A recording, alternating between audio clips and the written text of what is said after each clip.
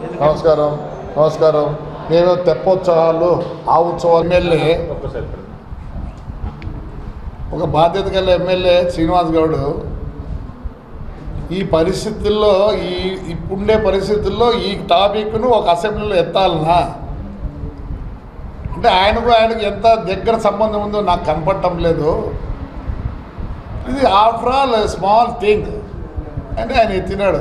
దాన్ని నేను డీటెయిల్గా జవాబు చెప్పాలి, ఎందుకంటే నేను కూడా ఒక ఎమ్మెల్యే కాబట్టి. నేను ఒకటే చెప్తున్నా ఆయనకు, మాకు 44 బస్సులు ఉన్నాయి. అంతకుముందు 100 పైన ఉండే, ఎమ్మెల్యే తర్వాత అమ్మేశాను. ఇప్పుడు 44 బస్సులు ఉన్నాయి. నువ్వు ఎప్పుడైనా సరే నేను ట్యాక్స్ లేదు, పర్మిట్ లేదు, పైన లగ్గేజ్ చేసి ఒక్క చెక్ రిపోర్ట్ నువ్వు తేగలిగితే నేను 44 బస్సులు నిలబెడతా. అదే నువ్వు మా సునీలు మా ఆరెంజ్ అన్నావే అంటే నీకు సునీల్కి ఏం సంబంధం?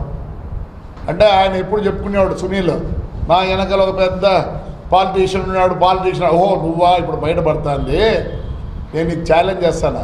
నేను అన్ని పేపర్లు తీసుకొని వస్తా 27 ఆయన బళ్ళకి ఎన్ని ట్యాక్స్ లేకుండా ఏమి వేసుకోకుండా తిప్పిన బళ్ళని తీసుకొస్తా. నువ్వు నాది ఒక్కడితే 27:10 మీ ఎస్టీఏలో తెలంగాణ ఎస్టీఏలో పోయి కూర్చుంటా, నువ్వు రావాలా. ఛాలెంజ్ ఇది నీకు, ఊరికి మాట్లాడేది కాదు. ఏం అసెంబ్లీలో మాట్లాడితే ఏమి నీకు తెలిసేవలేదు? అసెంబ్లీలో నేను పుట్టినప్పుడు 52 నుంచి మా నాన్ననో మా అన్ననో అసెంబ్లీలోనో పార్లమెంట్లో ఉన్నారు కంటిన్యూస్గా. ఈరోజు నేను కూడా ఉన్నా అసెంబ్లీలో. ఏమనుకుంటున్నావు నువ్వు? మా రాజకీయం చాలా అసెంబ్లీలో అసలు ఇది మాట్లాడుతున్న టాపిక్ కాదు, మాట్లాడినావు. ఎందుకంటే ఏదో నువ్వు పెద్ద మనిషి అనుకోండి, ఎన్జిఓ ప్రెసిడెంట్గా ఉన్నప్పుడు బ్రహ్మాండంగా మాట్లాడిన ఆర్టీసీ అట్లా చేయాలా ఇట్లా చేయాలని. ఈ పొద్దు మరి సునీల్కి ఎందుకు అంత ఒత్తాసిస్తాను? మేము సునీల్ని అడగడంలే. పర్మిట్ లేని బస్సులను, ట్యాక్సీ లేని బస్సుల్ని మేము సీజ్ చేయమంటాను. దానికి లేవు కాబట్టి పట్టుకునేది. దానికి నాకేం సంబంధము? ఒకటే నేను టోల్ గేట్ కాడికి పోవాలా, పాపం 1 బస్సు నిలబెట్టాలని టోల్ గేట్ కాడికి పోవాలా. టోల్ గేట్ కాడికి పోవాల్సిన అవసరం నాకు లేదు. ఎవరు బస్సు నిలబెట్టడానికి నాకు అవసరం లేదు.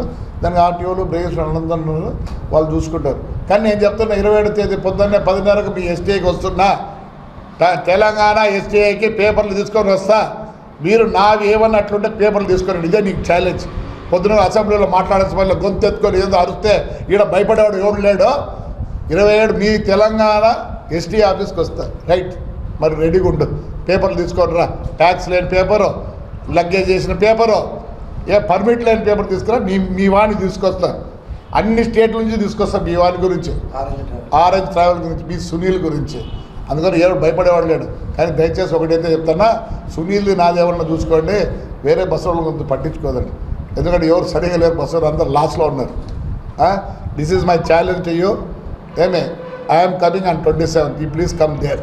100%. అసలు టాపికే ఎన్ని ఉన్నాయి? టాపిక్లు మాట్లాడాలంటే బ్రహ్మాండంగా ఉన్నాయి టాపిక్లు. ఈయన అంత అవసరమా?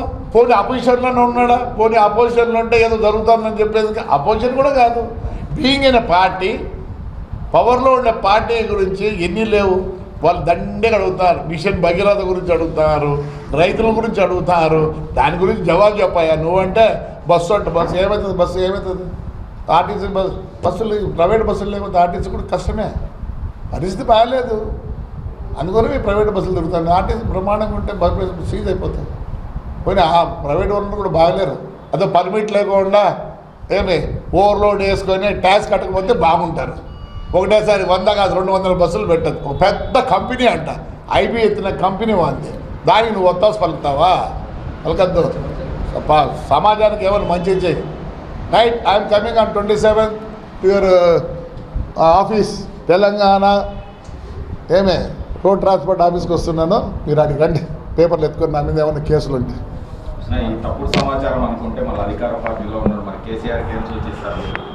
అయితే బాబా ఆయనకి ఏం తెలుసు? ఇట్లాంటి వాళ్ళంతా ఉండే ఆయన ఊరు బ్రష్ పండిస్తారు. అదే వేరే టాపిక్ ఎత్తుంటే ఎంత బాగుండండి. ఆయన మీద పాపం నేనంతా అగ్రికల్చరు, మీరు రుణమాఫీ చేయాలి అవి చేయాలి అన్నాడు. అది మంచి టాపిక్ మీద ఆన్సర్ ఇచ్చింది. ఎంత బాగుండేది ఈ గౌడ్ గారు. ఆయన అసంతృప్తిగా ఉన్నాడు. మన అన్నాడు కదా, మాకేం పనులు జరగడం లేదు సెక్రటరియట్లో, ఏం ఇట్లాంటివన్నీ ఇట్లా మనం ఎమ్మెల్యే గారు ఇట్లాంటివన్నీ అడుగుతా అంటే మరి ఎట్లా జరుగుతుంది పనులు? కావాల్సిన పనులు చెప్తే బాగానే ఉంటుంది. రైట్.